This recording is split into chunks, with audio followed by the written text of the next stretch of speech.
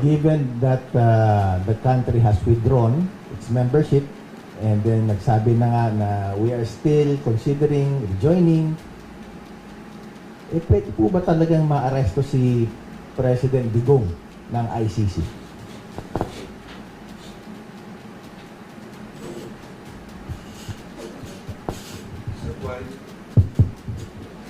Ang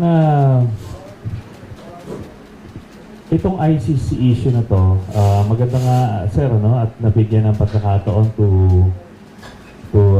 break this issue down. Ang membership po natin sa ICC from November of 2011 and March of 2019, na-affirm na yan ng Korte Suprema, sir, na meron silang jurisdiction nung panahon ng membro tayo. So, tama yung sinasabi nila na walang jurisdiction ngayon, pero meron silang jurisdiction noon. And in fact, si President Marcos and myself, signatories kami nun sa concurrence ng Senado. So, naniniwala din siya back then about the wisdom and the rationale of being a member of the ICC. Ngayon, ang tanong dito, maaresto ba siya? Kung ang pinag-uusapan yung straightforward na membership, since wala namang enforcement power sa ICC, they use the security officials of the member state to implement yung arrest order. Pero, ito ngayon yung technicality na hindi nila nakikita. Na ang Pilipinas, miyembro ng Interpol. Meaning, kung ano yung mag-issue ng red notice yung Interpol, ini-implement ng PNP natin. And just recently, nag-request tayo ng pa-issue ng red notice kay Tebes sa Interpol na ini-implement naman ng iba't ibang mga bansa. Ngayon, yung ICC is, meron silang cooperation agreement with Interpol. Meaning, pwede sila magpasa doon ng warrant para ma-issue ng red notice ng Interpol. Therefore, obligado tayo ron kasi bound tayo ng international agreement na yon.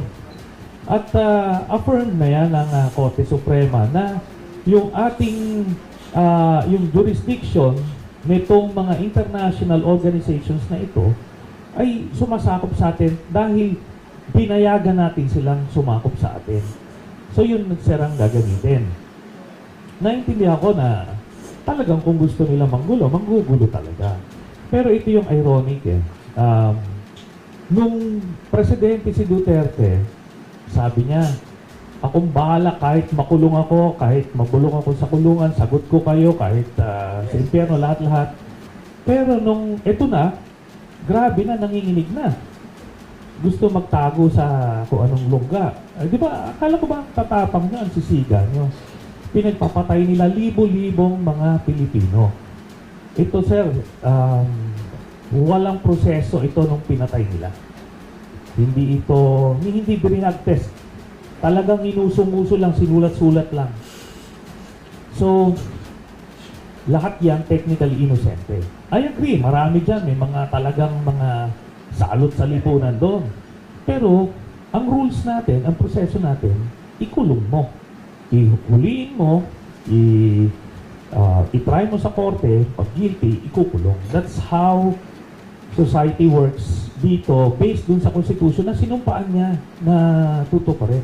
So yun sir ang Follow up lang, Senator Sanib, just to clarify. So, if in case there will be a warrant, it will not be ICC telling our, let's say, PNP to implement or the government, but it's really more of their relationship with Interpol. Yes. And bilang bahagi tayo ng Interpol, yun ang pinakabasihan to serve that warrant. Yes. Pero masabi natin yung warrant, sir, I heard that it was supposed to be incoming already. Sinabi naman ng ibang mga political analysts, matagal pa yan. Ano ba, sir, ang basa niyo rito? Okay. Ang nangyari kasi, nung na-file namin yan noong June of 2017, Tapos nag-declare sila na tinanggap nila yung communication namin officially nung sinabi nilang this warrants a preliminary examination on March o February of 2018. So, doon palang gumalaw yun, sir, ano?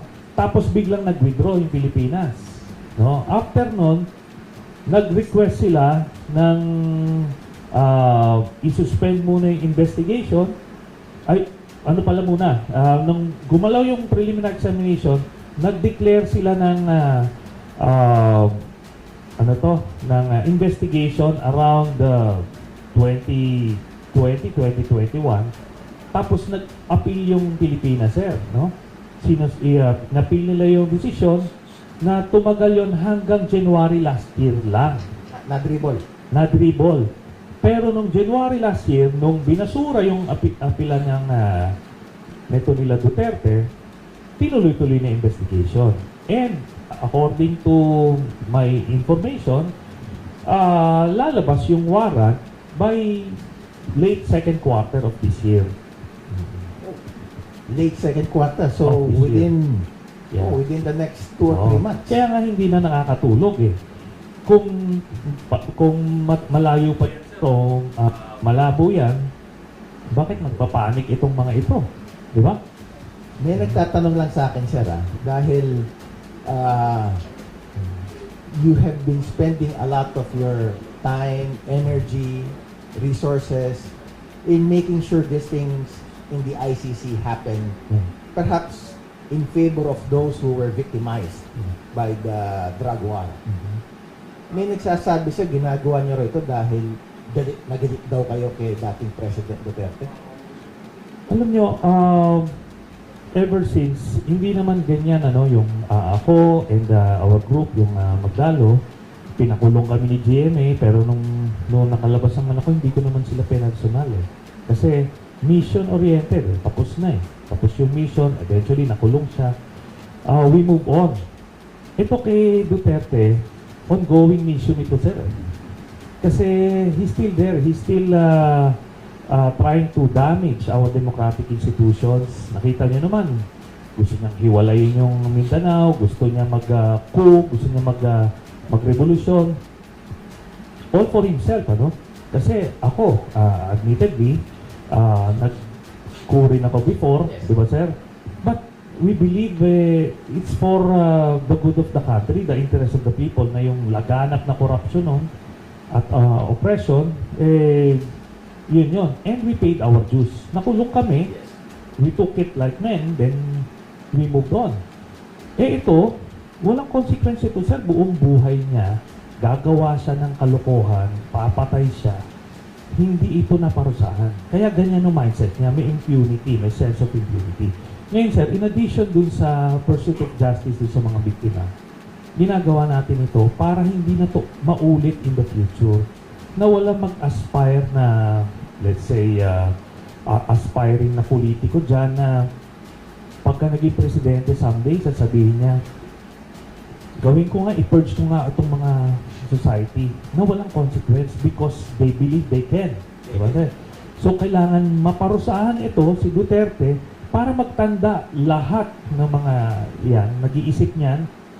Kita mo niyo si Baste, sabi niya, sa speech niya, patayin ko kayo, ganun na naman. Pag naging presidente yan by some tragedy, or disaster sa Pilipinas, ganun ulit ang mindset niyan kasi walang consequence.